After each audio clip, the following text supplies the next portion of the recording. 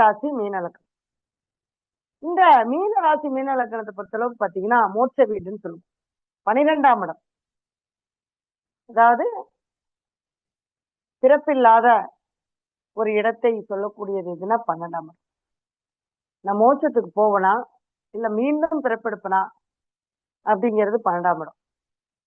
அதனாலதான் இந்த மீனம் சொல்லக்கூடிய 12ஆம் இடத்தை நமக்கு மோட்ச வீடுன்னு வச்சிருக்காங்க. ஏன்னா அதுக்கு பாத்தீங்க அப்படின்னா குருதான் அந்த இடத்துல ஆட்சி ஆகிறாரு, சுக்கிரன் உச்சமாகிறாரு, புதன் நீச்சமாகிறாரு. என்னதான் அறிவு இருந்தாலும், என்னதான் பொருளாதாரம் இருந்தாலும், நம்மளுடைய உயிர் உடலை விட்டு போயிட்டால் எதையுமே அனுபவிக்க முடியாது. அப்படின்ற ஒரு மறைபொருள் ஞானத்தை கொடுக்கக்கூடிய இடம் அப்படின்னா 12ஆம் இடம். இந்த மீன ராசி மீன லக்னத்தை பிறந்தவங்களை பாத்தீங்க அப்படின்னா சின்ன குழந்தையா இருந்தா கூட ரொம்ப மெச்சூரிட்டியா இருக்கும். நல்ல ஒரு பெரியவங்க கிட்ட பெரியவங்களாகவும் சின்னவங்க கிட்ட சின்னவங்களாகவும் அந்த மாதிரி ஒரு குழந்தைத்தனமா இருந்தா குழந்தைத்தனமா இருப்பாங்க. ஒரு மெச்சூரானவங்க கிட்ட பேசும்போது அவங்க அதுக்கு தகுந்த மாதிரி தன்னை மாத்திக்குவாங்க. இவங்களுக்கு பாத்தீங்க அப்படின்னா அந்த ஒரு புரிதல் இருக்கும். ஆனா அந்த மறைபொருள் ஞானத்தை அறியக்கூடிய ரகசியத்தை அறியக்கூடிய ஆற்றல் இந்த மீன ராசி மீன லக்னத்துக்கு இருக்கு. ஆனா அவங்க அதை பயன்படுத்திக்குவாங்களா? பயன்படுத்திக்க மாட்டாங்க. அங்கிருந்து சுக்கிரன் உச்சமாயிடுறாருல, சுகபோகம் 3 8 கூடையவர். இப்ப மனசு என்ன பண்ணும்? நல்ல சந்தோஷமா இருக்கணும், ஜாலியா இருக்கணும்னு சொல்லி தேவையில்லாத பிரச்சனைகளை ஏற்படுத்தி கொள்வார்கள்.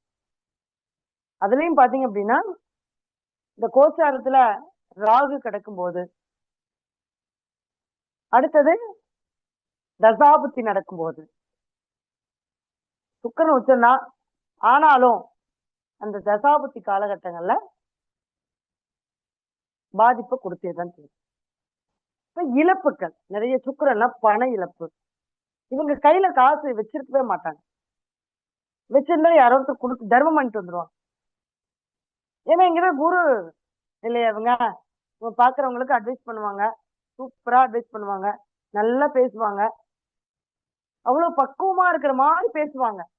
ஆனா அவங்களுடைய காரியம் வரும்போது தன்னுடைய புத்தியை இழந்து விடுவார்கள். யோசிக்க மாட்டாங்க. யோசிச்சா ஜெயிச்சிடலாம். மீன ராசி மீன லக்னம்.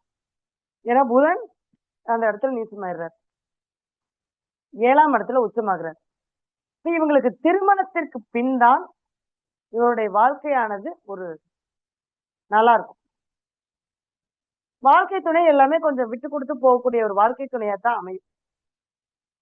அதே சமயத்துல இவங்க யாருக்கிட்டோ பார்ட்னர் வச்சுட்டாங்களோ இல்ல இவங்களோட யாராவது சேர்ந்தாங்களோ அவங்க நல்லா இருப்பாங்க.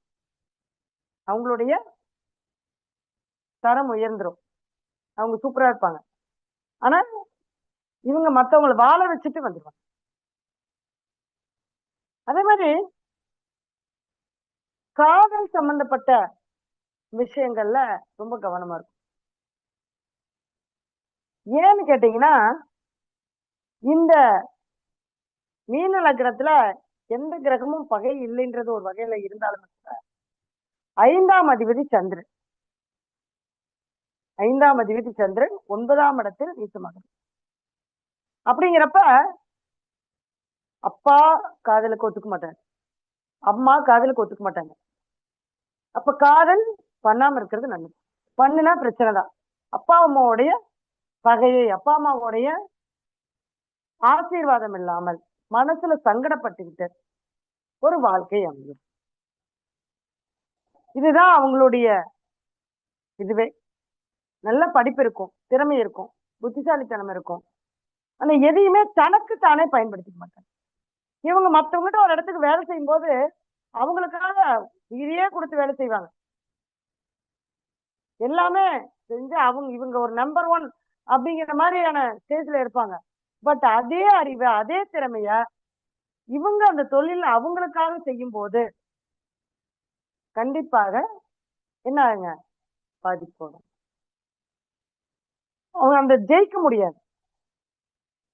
ஆனா தொழில் செய்யணும் அப்படிங்கிற எண்ணம் எப்பவுமே இவங்களுக்குள்ள இருந்துகிட்டே இருக்கும். தொழில் பண்ணுவாங்க. ஆனா அந்த தொழில் பண்றத கூட இவங்க பெரிய அளவுக்கு உடல் உழைப்பு அப்படிங்கிற ஒரு விஷயம் இல்லாம உடல் உழைப்பில்லாத ஒரு தொழிலா இவங்க தேர்ந்தெடுத்து செஞ்சாங்க அப்படின்னா இவங்க கொஞ்சம் சக்சஸ் ஆயிடும். ஏன்னா 5ஆம் இடத்துல குரு உச்சமாகிறார். 5ஆம் இடம் என்பது அப்படியே மேம்போக்கான வேலை, ஆலோசனை சொல்லக்கூடிய வேலை. குரு டீச்சர் ஆகலாம், வாத்தியார் ஆகலாம். இந்த மாதிரி ஏன்னா நமக்கு 10ஆம் அதிபதி 5ஆம் இடத்துல உச்சமாகும் போது ஆசிரியர் பணி, குழந்தைங்களை பார்த்துக்கிறது, இந்த மாதிரி ஒரு ஆலோசனை சொல்லக்கூடிய பணி, இந்த மாதிரி எல்லாம் நம்ம வேலை செய்யும் போது நமக்கு அதன் மூலமா கௌரவம். சரி, உடல் உழைப்பே நாம வச்சு வேலை செய்ய முடியுமா அப்படின்னு கேட்டீங்கன்னா, உடல் உழைப்பினால செய்யக்கூடிய வேலைகளை பெருசா இவங்களால செய்ய முடியும். இருக்காங்க, அதுக்கு கிரகங்கள் வலுத்திருந்தால் அந்த மாதிரி உடல் உழைப்பு மட்டுமே செய்வாங்க. ஆனா ஒரு சிலருக்கு அந்த அமைப்பு வராது. சரிங்களா? இந்த இடத்துல பாத்தீங்க அப்படின்னா புதன் மட்டும்தான் நீச்சமாகிறார். அப்போ உறவுகள் இவங்களுக்குள்ள ஒரு பகையை கொடுத்துட்டே இருக்கு. பகை மீன்ஸ் என்னன்னா, ஒரு பெருசா பாசம் இருக்காது. சித்தப்பா, பெரியப்பா, எல்லாமே அப்பா வழி உறவு, அம்மா வழி உறவு, யாரா இருந்தாலும் கொஞ்சம் தள்ளி வச்சுக்கிறது நல்லது. இல்ல அப்படின்னா அந்த உறவுகளை இவங்களை கஷ்டப்படுத்துற மாதிரி ஆயிடும்.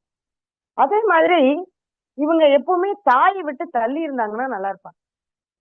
தாயோட இருந்தாங்க அப்படின்னா இவங்களுடைய பலம் அந்த அன்பு, தாய்மை, பாசம், அம்மாவோட அன்பு, அம்மாதான் எல்லாம் பாத்துக்கிறாங்கல்ல அப்படிங்கிற ஒரு எண்ணங்கள்னால அவங்க தன்னுடைய வளர்ச்சி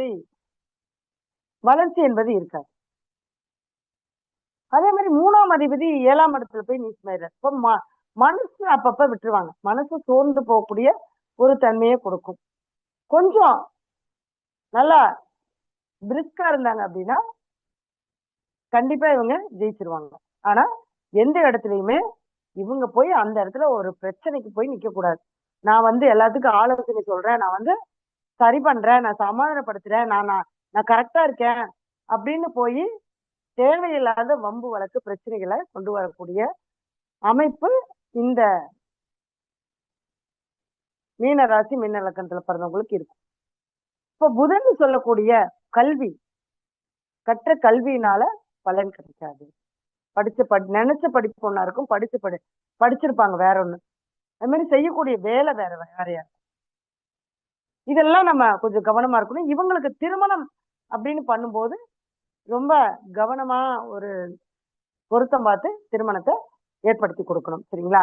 இவங்க அப்பப்ப மதுரையில இருக்கக்கூடிய மீனாட்சி அம்மனை, சொக்கநாதரையும் வழிபாடு பண்ணிட்டு வந்தாங்க அப்படின்னா இவங்களுடைய வாழ்க்கையில இந்த புதன் நீசத்தன்மை மாறும்.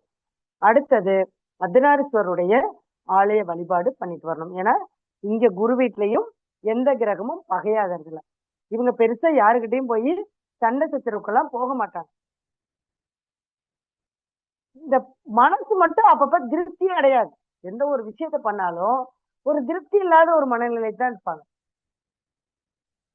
ஒரு 10 சட்டை பார்த்தாங்கன்னா அந்த 10 சட்டையில ஒரு சட்டை எடுக்கிறதுக்கு 10 தடவை யோசிப்பாங்க. அந்த மாதிரி ஒரு சாட்டிஸ்ஃபைட் இருக்காது. அதை மாத்திக்கிட்டு இவங்க யாரோ ஒருத்தர வழிகாட்டியா வச்சுக்கிட்டு இவங்களுடைய வாழ்க்கைய பயணிச்சாங்க அப்படின்னா கண்டிப்பா இவங்களுடைய வாழ்க்கையில் இருக்கக்கூடிய அந்த கர்ம வினையானது அவங்களே சரி பண்ணிக்கலாம். மதுரை மீனாட்சி அம்மன் கோயிலுக்கு போகணும். இவங்க எங்க திருநங்கைகளை பார்த்தாலும் அவங்கக்கிட்ட ஒரு ஆசீர்வாதம் வாங்கிட்டு வரணும். அதே மாதிரி திருச்செங்கோட்டுல இருக்கக்கூடிய அர்த்தநாரீஸ்வரரை இவங்க அடிக்கடி வழிபாடு பண்ணிட்டு வந்தாங்க அப்படின்னா ரொம்ப நல்லா இருக்கும். மீன்களுக்கு உணவு கொடுத்துட்டு வந்தாங்கனாலும் நல்லா இருக்கும். அதே மாதிரி படிக்கக்கூடிய குழந்தைகளுக்கு கல்வி, சாப்பாடு, இந்த மாதிரி ஏதாவது புக் வாங்கி கொடுக்கறது, இந்த மாதிரி கல்விக்குண்டான விஷயங்கள் செஞ்சுட்டு வரும்போது இவங்களுடைய வாழ்க்கையில அவங்களுடைய கர்ம வினையை அவங்களே சரி பண்ணிக்கலாம். சரிங்களா?